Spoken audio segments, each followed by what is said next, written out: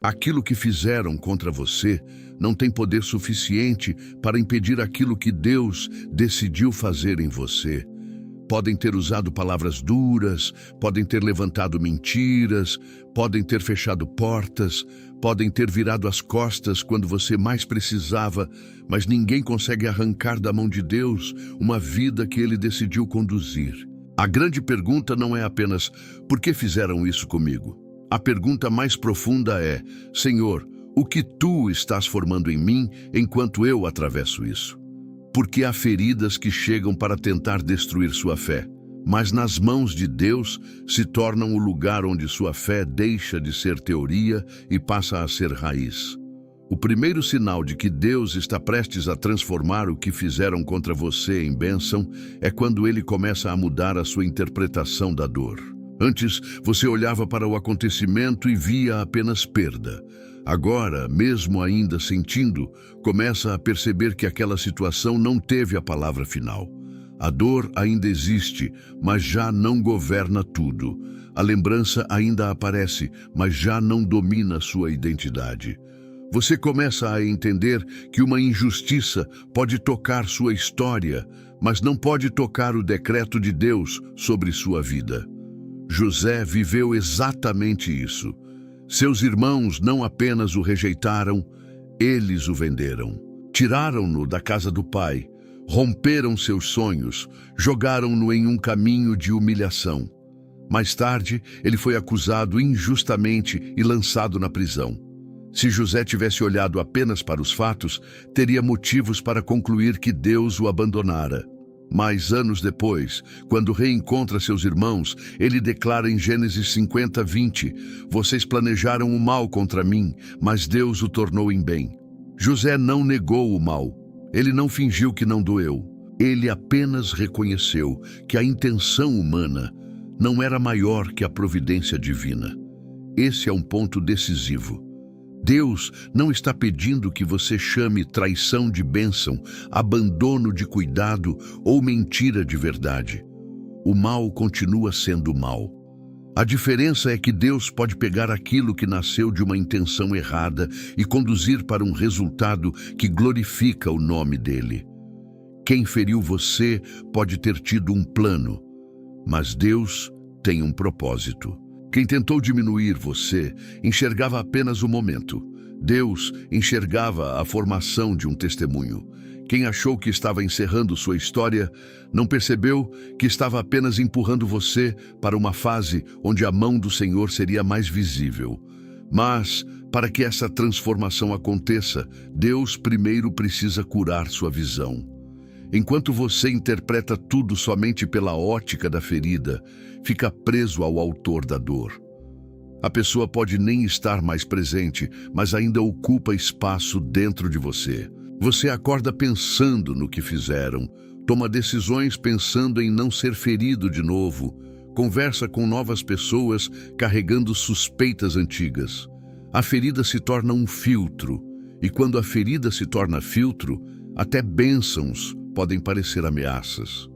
Por isso, Deus começa mudando a pergunta dentro do seu coração. A pergunta deixa de ser apenas quem foi culpado e passa a ser como eu respondo sem perder minha alma. Porque o inimigo não quer apenas que alguém machuque você. Ele quer que depois de machucado, você se torne amargo, fechado, vingativo e descrente. A primeira agressão vem de fora, mas a segunda tentativa acontece dentro da alma. O inimigo tenta transformar a dor em identidade. Deus transforma a dor em processo de maturidade. Talvez você tenha sido tratado de maneira injusta por pessoas que deveriam proteger você. Talvez tenham duvidado de sua intenção, desvalorizado seu esforço, espalhado uma versão distorcida da sua história. Isso fere profundamente, principalmente quando você não tinha como se defender. Mas escute, Deus viu, Deus ouviu. Deus conhece detalhes que ninguém conhece. E há momentos em que a maior prova de fé é descansar sabendo que o céu possui todos os registros, mesmo quando a terra ouviu apenas uma versão. José passou anos sem conseguir explicar ao pai o que realmente havia acontecido. Davi foi perseguido por Saul sem ter cometido crime. Jeremias foi rejeitado por falar a verdade que Deus colocou em sua boca.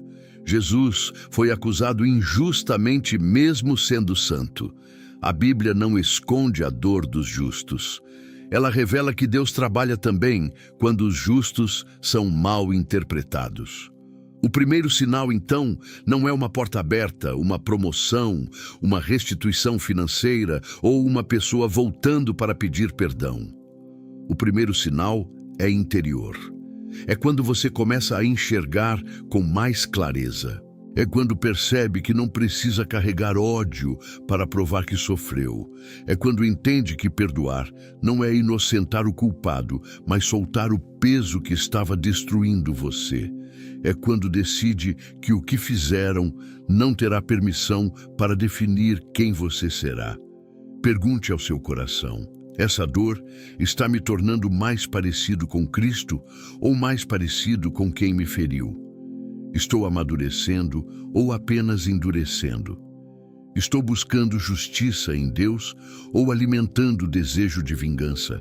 Essas perguntas não vêm para condenar você, mas para libertar. Porque Deus não quer apenas mudar sua situação. Ele quer impedir que você carregue para a próxima estação o veneno da estação anterior. Quando sua interpretação começa a mudar, a bênção já começou. Porque antes de Deus transformar o cenário, Ele transforma o olhar. Antes de abrir uma porta diante de você, Ele abre uma janela dentro da sua alma. E quando você passa a entender que a dor não é maior que o propósito, algo se quebra no mundo espiritual. A vergonha perde força, a acusação perde voz. O passado deixa de ser prisão.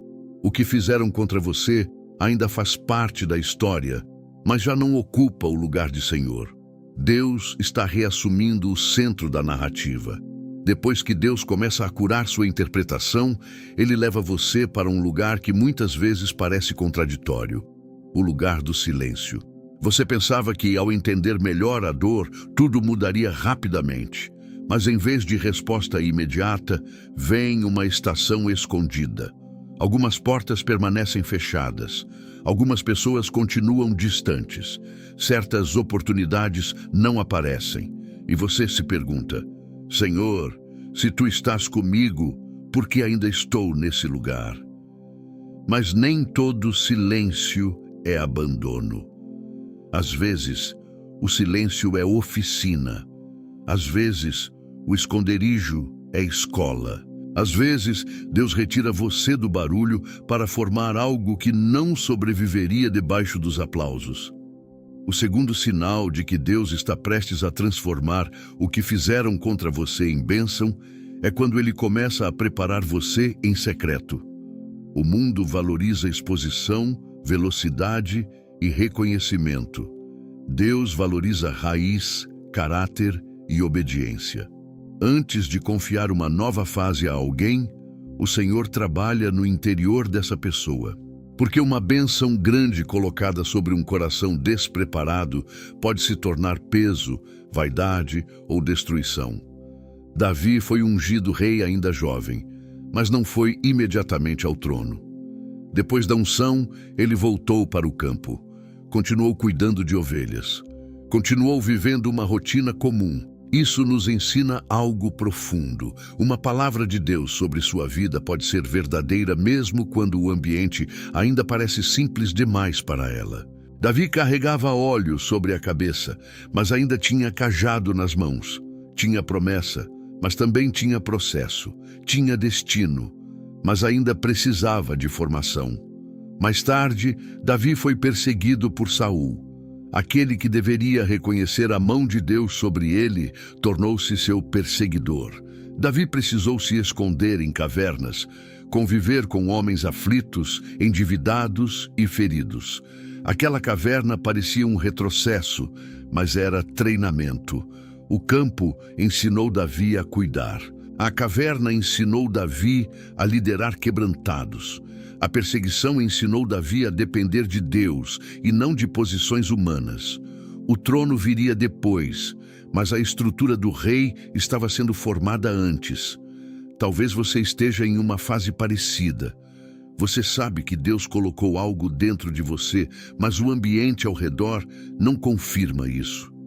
Você sente que há um chamado, uma direção, uma promessa, mas sua rotina parece pequena, repetitiva, limitada. Parece que ninguém vê. Parece que ninguém valoriza. Parece que suas melhores intenções foram ignoradas.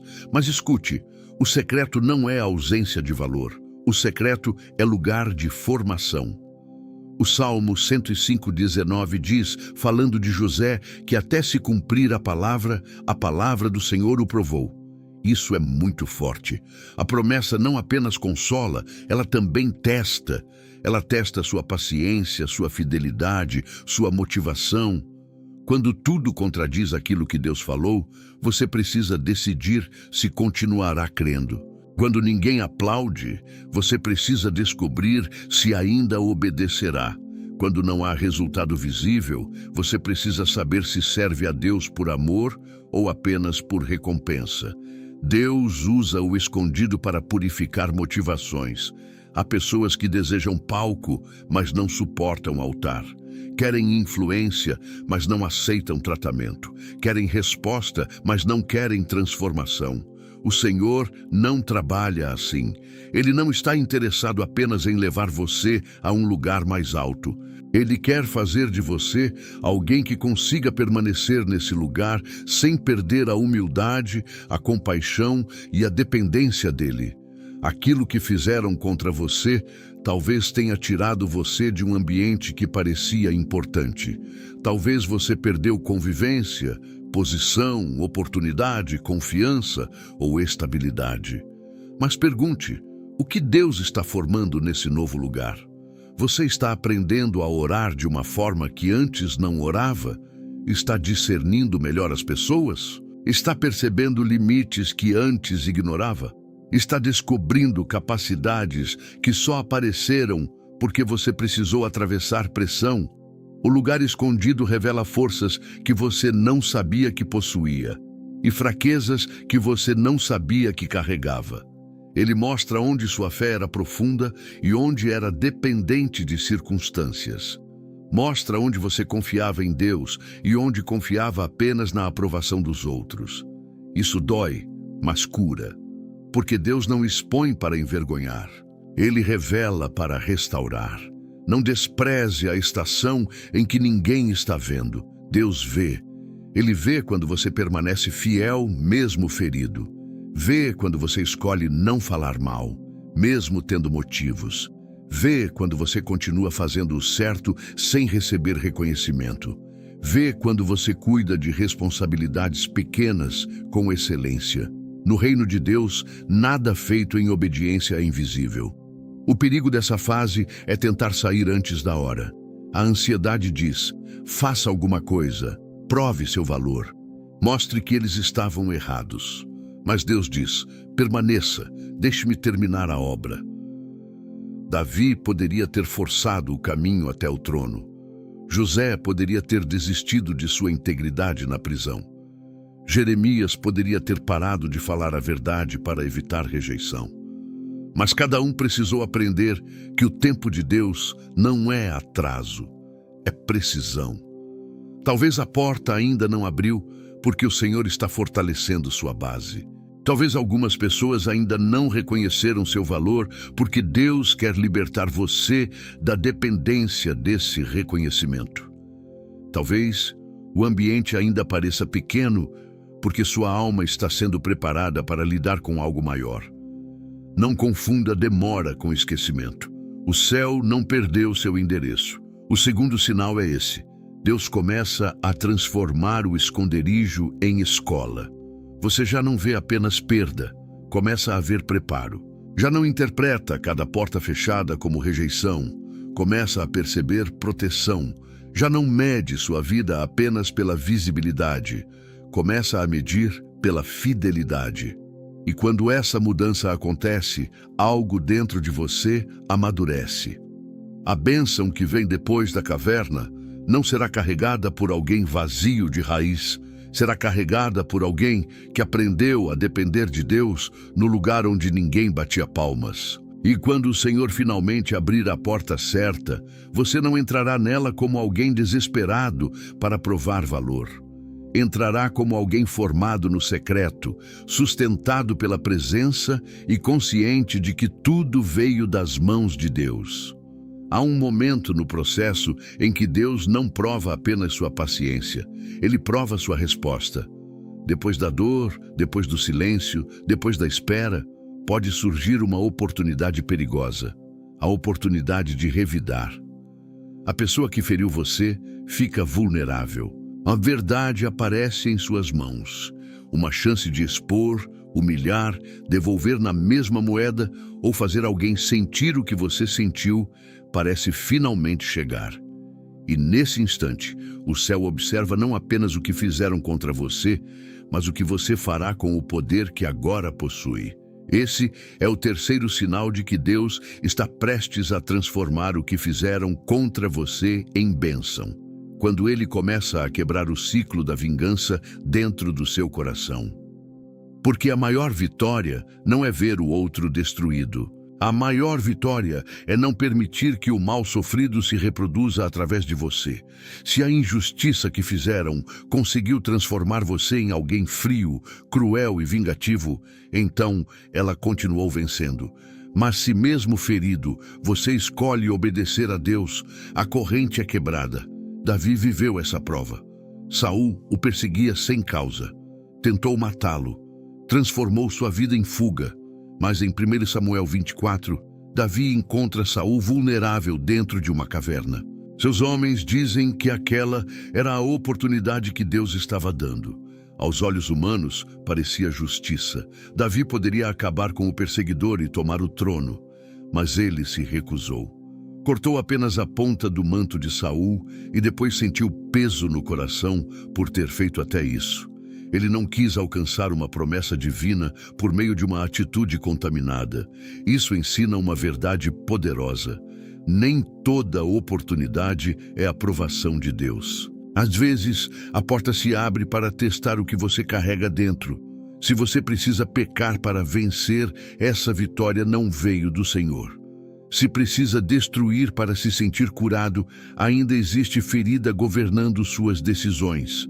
Se precisa humilhar alguém para provar que Deus estava com você, talvez ainda esteja buscando validação no lugar errado. Perdoar não significa permitir abuso. Davi não voltou a morar perto de Saul como se nada tivesse acontecido. Ele manteve distância. Perdoar não é perder discernimento. Perdoar não é abrir novamente a porta para quem continua sendo perigoso. Perdoar é entregar a justiça a Deus e se recusar a agir com o mesmo espírito que tentou destruir você. É estabelecer limites sem ódio. É sair de perto sem carregar veneno. É falar a verdade sem transformar a verdade em arma de vaidade. Talvez você tenha razão em muitas coisas. Talvez realmente tenha sido injustiçado. Talvez existam fatos que, se fossem revelados, mudariam a forma como as pessoas enxergam você. Mas a pergunta é: Deus está mandando você falar agora dessa forma, com essa motivação? Ou é sua dor querendo usar a verdade como vingança? A verdade precisa ser dita em alguns momentos, sim. Existem situações que exigem posicionamento, proteção e justiça. Mas até a verdade deve ser conduzida pelo Espírito, não pelo orgulho ferido. O Senhor está formando em você uma força diferente. Não a força de quem explode, mas a força de quem se governa. Não a força de quem ameaça, mas a força de quem permanece íntegro. Não a força de quem vive tentando provar que venceu, mas a força de quem sabe que Deus é defensor suficiente. Provérbios diz que melhor é o homem paciente do que o guerreiro, mais vale controlar o espírito do que conquistar uma cidade. Isso confronta profundamente nossa geração, porque muitos confundem reação rápida com coragem. Mas muitas vezes, coragem é calar quando a carne quer gritar, é esperar quando o orgulho quer agir, é obedecer quando a emoção quer dominar. Deus não está pedindo que você finja não sentir. Você pode levar a raiva para a oração. Pode dizer: Senhor, estou ferido. Pode confessar: eu queria que eles soubessem o quanto doeu. Pode abrir o coração sem máscara. A oração não precisa ser bonita para ser verdadeira. Jeremias fez isso muitas vezes. Ele derramou sua angústia diante de Deus, falou de sua dor, de sua exaustão, de sua vontade de parar, mas levou tudo para o lugar certo. Ele não deixou a dor governar sua missão. O problema não é sentir indignação. O problema é deixar a indignação se tornar Senhor. A emoção pode avisar que algo foi ferido, mas não deve decidir sozinha o caminho. Quando a raiva guia, ela exagera, distorce, acelera e fere. Quando o Espírito guia, ele pode levar você a confrontar, mas com clareza. Pode levar você a se afastar, mas com paz. Pode levar você a falar, mas sem veneno. Esse terceiro sinal mostra que Deus está preparando você para algo maior. Porque quem não sabe lidar com a dor sem destruir os outros, ainda não está pronto para administrar influência. Imagine se José tivesse chegado ao governo do Egito com o coração dominado por vingança. Ele teria usado o poder para esmagar seus irmãos. Mas Deus tratou José antes do reencontro. Quando a oportunidade chegou, José chorou, discerniu, testou, mas não destruiu. Sua autoridade não virou instrumento de crueldade. Deus pode estar tratando isso em você agora. Antes, você reagiria no impulso. Agora respira e ora. Antes, precisava ter a última palavra. Agora, consegue sair de uma discussão sem perder a paz. Antes, desejava que todos vissem a queda de quem o feriu. Agora, deseja apenas que Deus faça justiça sem que sua alma adoeça. Isso é sinal de cura. Talvez ninguém veja essa vitória. Ninguém saberá a mensagem que você não enviou, a acusação que você não espalhou, a humilhação que você não devolveu. Mas o céu vê. Deus vê a renúncia silenciosa, vê o domínio próprio, vê quando você escolhe não se tornar aquilo que machucou você. E quando o ciclo da vingança é quebrado, uma porta espiritual se abre. Porque o mal que entrou na sua história não conseguiu continuar através de suas mãos. A bênção começa quando você deixa de ser prisioneiro da reação. O que fizeram contra você revelou o coração deles. A forma como você responde revelará o que Deus está formando no seu. Depois que Deus trata sua resposta, Ele começa a tratar suas dependências. Essa fase é delicada, porque muitas vezes não parece bênção, parece perda. Coisas que antes sustentavam sua segurança começam a sair do lugar. Relações que pareciam indispensáveis perdem força. Hábitos antigos já não trazem paz. Certas expectativas começam a morrer. Você olha ao redor e pensa: Senhor, por que mais coisas estão sendo retiradas? Mas nem todo corte é destruição. Alguns cortes são poda. Jesus disse em João 15 que todo ramo que dá fruto, o Pai limpa, para que dê mais fruto ainda. Isso significa que Deus não poda apenas o que está morto. Ele também poda o que está vivo, mas precisa crescer melhor. A poda não é castigo, é cuidado. O agricultor corta para direcionar força, remove excessos para proteger a colheita. De maneira semelhante, Deus pode retirar da sua vida aquilo que consome energia, confunde sua identidade ou impede uma frutificação maior.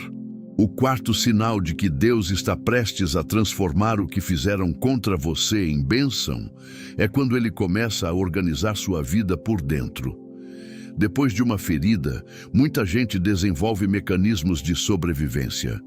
Passa a controlar tudo, passa a agradar demais, passa a desconfiar de todos, passa a trabalhar sem descanso para provar valor. Passa a aceitar responsabilidades que não deveria carregar só para não ser rejeitado. Essas atitudes podem ter parecido proteção por um tempo, mas depois viram prisão. Talvez você tenha aprendido a não pedir ajuda, porque alguém falhou com você no passado. Talvez tenha aprendido a sorrir, mesmo quando está quebrado, porque um dia sua dor foi desprezada. Talvez tenha aprendido a resolver tudo sozinho, porque pessoas que prometiam permanecer foram embora. Mas Deus não quer apenas que você sobreviva. Ele quer que você viva.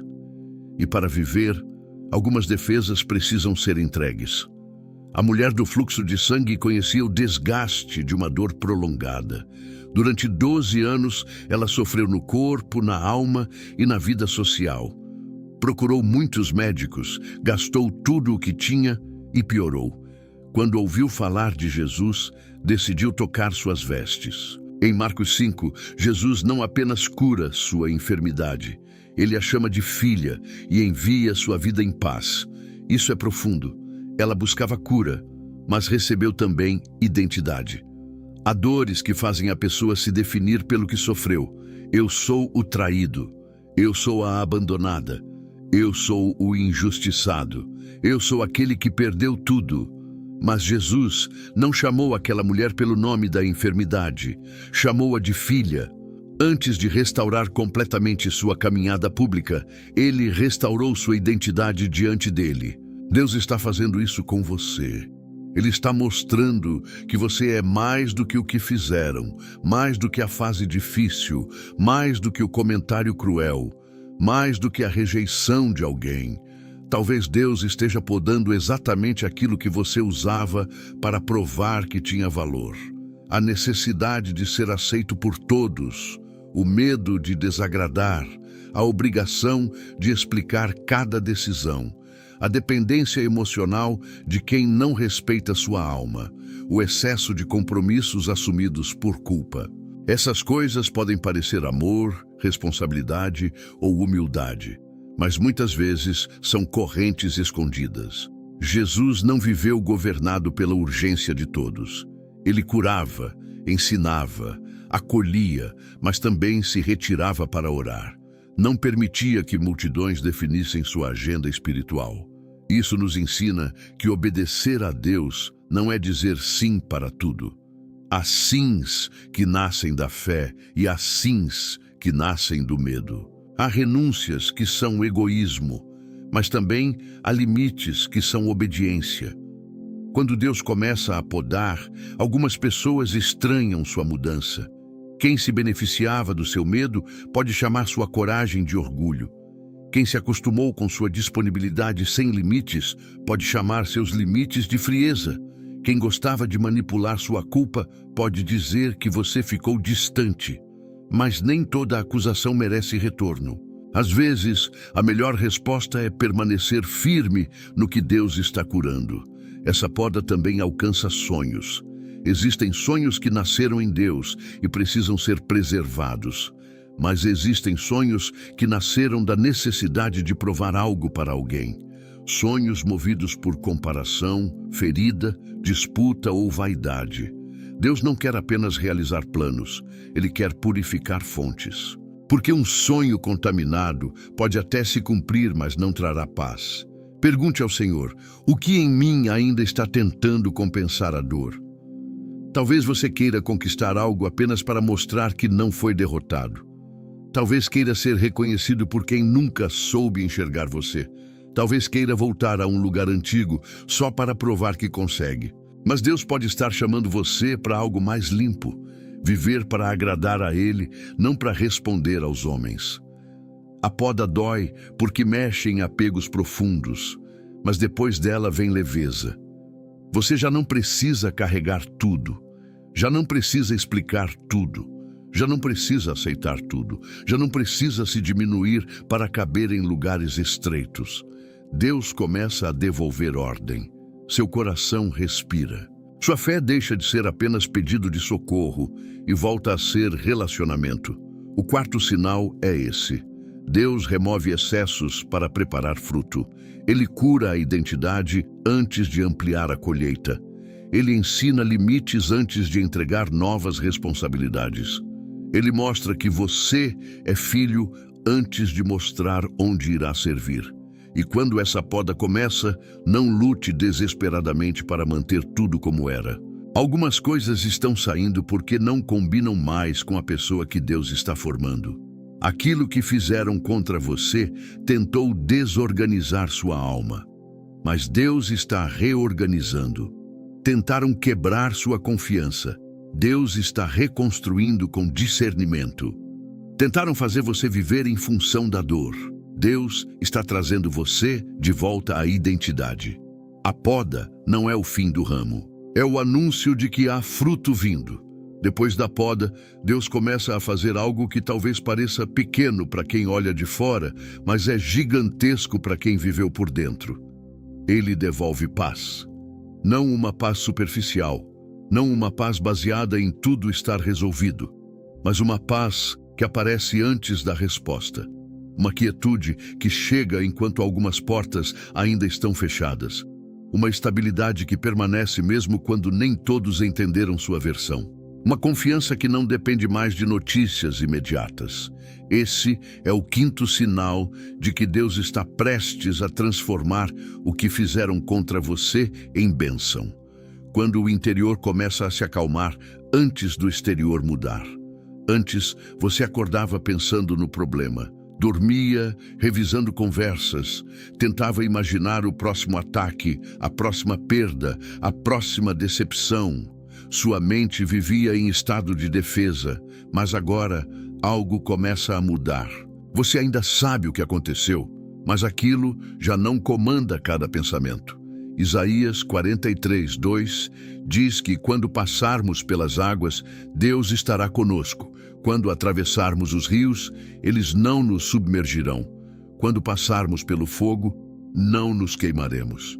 Veja, Deus não promete que nunca haverá águas. Ele promete presença.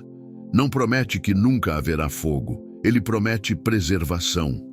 A vitória não é sempre ser poupado da travessia. Às vezes, a vitória é atravessar sem perder a fé, sem perder a identidade e sem ser consumido. Talvez você achava que Deus só estaria agindo quando removesse completamente o problema. Mas e se Ele já estiver agindo porque a tempestade não manda mais em você como antes? E se o primeiro milagre não for a mudança da circunstância, mas a mudança da sua reação? Antes, uma lembrança derrubava seu dia inteiro. Agora, dói, mas você consegue continuar. Antes, uma palavra de alguém reabria a ferida. Agora, você percebe, ora e não entrega sua paz tão facilmente. Isso é graça. Jesus, no Getsêmani, nos mostra uma confiança profunda. Ele estava angustiado. Não fingiu que o cálice era leve. Orou ao Pai dizendo que, se fosse possível, aquele cálice passasse. Mas também disse, não seja feita a minha vontade, mas a tua. Essa oração revela que fé não é ausência de dor. Fé é entregar a dor ao Pai, sem abandonar a obediência. Você também pode orar assim. Pode dizer, Senhor, eu queria que isso tivesse sido diferente. Pode dizer, eu não entendo tudo. Pode dizer, eu preferia não passar por esse caminho. Mas no final, precisa haver uma rendição. Conduz-me de acordo com a tua vontade. Essa rendição não é desistência. Desistência é largar tudo no vazio. Rendição é colocar tudo nas mãos de Deus. A paz de Deus não anula responsabilidades práticas. Talvez você precise tomar decisões, procurar ajuda, reorganizar sua casa, cuidar da saúde, conversar com alguém maduro, estabelecer limites ou resolver pendências. Fé não é passividade. Mas depois de fazer o que cabe a você, existe uma parte que só Deus pode fazer. E tentar controlar essa parte rouba suas forças. Muita gente adoece não apenas pelo que aconteceu, mas pelo esforço constante de impedir que algo aconteça novamente. A pessoa vive se antecipando, suspeitando, revisando, vigiando. Isso parece prudência, mas pode virar prisão. Discernimento é diferente de paranoia. Discernimento observa com clareza. Paranoia enxerga a ameaça em tudo. Discernimento ora e decide. paranoia reage e se desgasta. O Espírito Santo não conduz você para a confusão permanente. Ele traz sobriedade. Quando essa paz chega, suas decisões melhoram. O medo escolhe qualquer saída rápida. A paz escolhe o caminho certo, mesmo que seja mais lento. O medo aceita alianças ruins para não ficar sozinho. A paz espera relações saudáveis. O medo força portas. A paz discerne portas. O medo tenta provar valor. A paz descansa no amor de Deus. Talvez uma das maiores bênçãos que Deus está entregando agora seja a capacidade de não viver mais em função de quem feriu você. Você não precisa mais construir cada conquista como uma resposta indireta. Não precisa mais imaginar se a pessoa está vendo sua evolução. Não precisa mais medir sua vida pela reação dos outros. Sua paz não será refém de quem não soube cuidar do seu coração. A paz, antes da resposta, também revela maturidade espiritual. Crianças espirituais só descansam quando veem. Filhos maduros aprendem a descansar porque conhecem o Pai. Você talvez ainda não saiba como Deus vai resolver, mas sabe quem Deus é. Ele é fiel, Ele é justo, Ele é presente, Ele é sábio. Ele conhece o caminho inteiro, mesmo quando você enxerga apenas o próximo passo. Isso não significa que nunca mais haverá lágrimas. Haverá dias sensíveis. Haverá memórias que voltam. Haverá momentos em que você precisará respirar fundo e voltar à presença de Deus. Cura não é nunca sentir. Cura é não ser governado pelo que sente. Paz não é ausência de batalha. Paz é saber que Deus está no barco, mesmo quando o vento se levanta. O quinto sinal é uma serenidade que não combina com a situação. Pessoas talvez olhem e não entendam.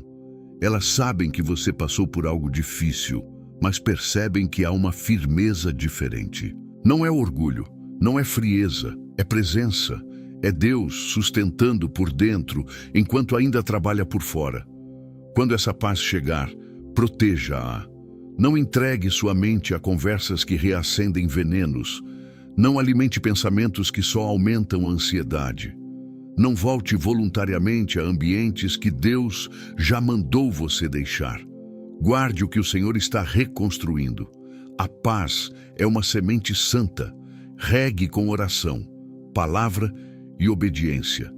Aquilo que fizeram contra você tentou roubar seu descanso. Mas Deus está devolvendo o chão. A tempestade ainda pode fazer barulho, mas já não possui o controle de antes. O medo perdeu a autoridade, a ansiedade perdeu o trono. E quando o interior começa a repousar em Deus, a transformação exterior encontra um coração preparado para recebê-la. Quando a paz começa a governar seu interior, seus olhos passam a perceber movimentos que antes a ansiedade escondia. Você nota detalhes, uma conversa inesperada, uma porta discreta, uma pessoa que aparece no momento certo, uma habilidade que nasceu justamente da fase difícil, um caminho que você jamais teria considerado se tudo tivesse acontecido como planejou. Esse é o sexto sinal. Deus começa a usar a própria história ferida como matéria-prima de providência. A transformação divina não é apenas devolver o que foi tirado. Às vezes, é pegar exatamente aquilo que tentaram usar contra você e transformar em instrumento de avanço. Isso não torna a maldade correta. Não faz do erro humano algo santo, mas revela que Deus é tão soberano que consegue entrar em cenários quebrados e produzir caminhos onde antes só havia prejuízo. Éster viveu esse mistério. Amã planejou a destruição dos judeus e levantou uma estrutura de morte contra Mordecai. Tudo parecia estar nas mãos de um homem arrogante, influente e perigoso. Mas Deus começou a mover a história por detalhes quase invisíveis. O rei perdeu o sono. Mandou ler registros antigos. Descobriu que Mordecai havia feito o bem e não tinha sido honrado. Aquilo que estava esquecido nos arquivos humanos não estava esquecido diante de Deus. Isso é poderoso. uma noite sem sono mudou o destino de um povo. Às vezes, Deus não começa uma virada com barulho. Ele começa com um detalhe, uma lembrança despertada, um nome mencionado, uma mensagem enviada, uma decisão pequena, um documento encontrado, uma conversa aparentemente comum. Enquanto você procura um grande sinal no céu, Deus pode estar organizando pequenas peças na terra. Amã queria humilhar Mordecai, mas acabou tendo que honrá-lo publicamente. A estrutura que ele preparou contra outro voltou-se contra ele. Essa história não deve alimentar desejo de vingança em nós. O centro não é torcer pela queda de alguém. O centro é saber que a justiça de Deus não dorme. Quem age com soberba pode até parecer vencer por um tempo, mas nenhum plano humano é maior que o governo do Senhor. Romanos 8:28 diz que Deus age em todas as coisas para o bem daqueles que o amam e são chamados segundo o seu propósito. O texto não diz que todas as coisas são boas. Traição não é boa, mentira não é boa, abandono não é bom, injustiça não é boa. O que é bom é o Deus que age dentro de tudo isso e conduz a história para um propósito maior. A bondade não está no mal sofrido, está na mão divina que impede o mal de ter a palavra final. Talvez você já esteja vendo sinais disso. Aquela perda forçou você a aprender algo que hoje se tornou útil. Aquela rejeição tirou você de um lugar que limitava seu crescimento. Aquele abandono aproximou você de Deus de uma forma que a comodidade nunca teria produzido. Aquela porta fechada empurrou você para uma direção que hoje começa a fazer sentido. De novo, isso não absolve quem feriu você, mas mostra que Deus não desperdiçou sua dor. José aprendeu administração em lugares injustos. A casa de Potifar e a prisão não eram ambientes ideais, mas ali ele desenvolveu competências que depois seriam usadas no governo do Egito. Davi aprendeu a liderar pessoas quebradas antes de liderar uma nação. A mulher curada por Jesus recebeu uma experiência que faria dela testemunha viva da compaixão do Senhor. Deus não desperdiça escola nenhuma quando o coração permanece em suas mãos. Olhe para sua vida com sinceridade. Que capacidades nasceram na pressão? Você ficou mais sensível à dor dos outros? Aprendeu a discernir melhor intenções? Desenvolveu coragem para recomeçar? Passou a valorizar a paz mais do que aparências? Aprendeu a orar com mais profundidade? Descobriu que possui resistência maior do que imaginava? Essas coisas não são pequenas. São frutos de uma história sendo redimida. O sexto sinal também aparece quando pessoas certas começam a reconhecer o que pessoas erradas desprezaram. Nem todo ambiente tem olhos para o que você carrega. Uma chave não é inútil porque não abre uma porta específica. Talvez ela tenha sido feita para outra fechadura. Algumas rejeições não provam ausência de valor, apenas revelam desalinhamento de lugar. Mas receba isso com humildade. Não transforme toda rejeição em prova de que você está certo. Às vezes, Deus usa críticas para corrigir áreas reais. A maturidade sabe separar humilhação de ajuste, desprezo de direção, ataque de conselho. Você não precisa aceitar mentiras sobre sua identidade, mas também não deve se fechar para todo aprendizado. Quando a providência começa a agir, caminhe com prudência. Ester não se precipitou. Ela jejuou, preparou o momento, falou na hora certa. José não apenas interpretou o sonho de Faraó, apresentou uma estratégia. A fé não exclui sabedoria. Quando Deus abre uma porta, você precisa entrar com discernimento, não com euforia. Talvez a pequena oportunidade diante de você não pareça grande, mas seja fiel. O copeiro parecia apenas mais um prisioneiro, mas sua lembrança abriu caminho até Faraó. Uma conversa simples pode ser ponte. Uma tarefa pequena pode revelar excelência. Um contato discreto pode se tornar direção. Não despreze o começo só porque ele não tem aparência de final. O sexto sinal é quando a história começa a se conectar. O que parecia solto ganha sentido. O que parecia atraso mostra preparo. O que parecia perda revela livramento. O que parecia silêncio revela alinhamento. Você começa a perceber que Deus estava trabalhando em lugares que você não conseguia ver. Aquilo que fizeram contra você queria fechar caminhos. Mas Deus pode usar até o fechamento para redirecionar seus passos. Queriam silenciar sua voz, mas sua voz está ficando mais verdadeira. Queriam apagar sua confiança, mas sua fé está ficando mais madura. Queriam limitar seu futuro, mas Deus está revelando novas rotas. Não tenha pressa de concluir a história antes da última página. A providência muitas vezes trabalha em silêncio. O rei perde o sono, o registro é aberto, o nome esquecido aparece, a porta se move. A bênção começa a se aproximar não como acidente, mas como resposta de um Deus que nunca deixou de governar. Quando Deus começa a conectar os pontos, você percebe que a bênção não é apenas receber algo para si. A verdadeira transformação acontece quando sua história passa a carregar propósito. Você deixa de pedir apenas reparação e começa a perguntar: Senhor, como isso pode servir para a tua glória? Como posso sair dessa fase mais parecido com Cristo? Como posso ajudar alguém a não desistir no caminho? Esse é o sétimo sinal.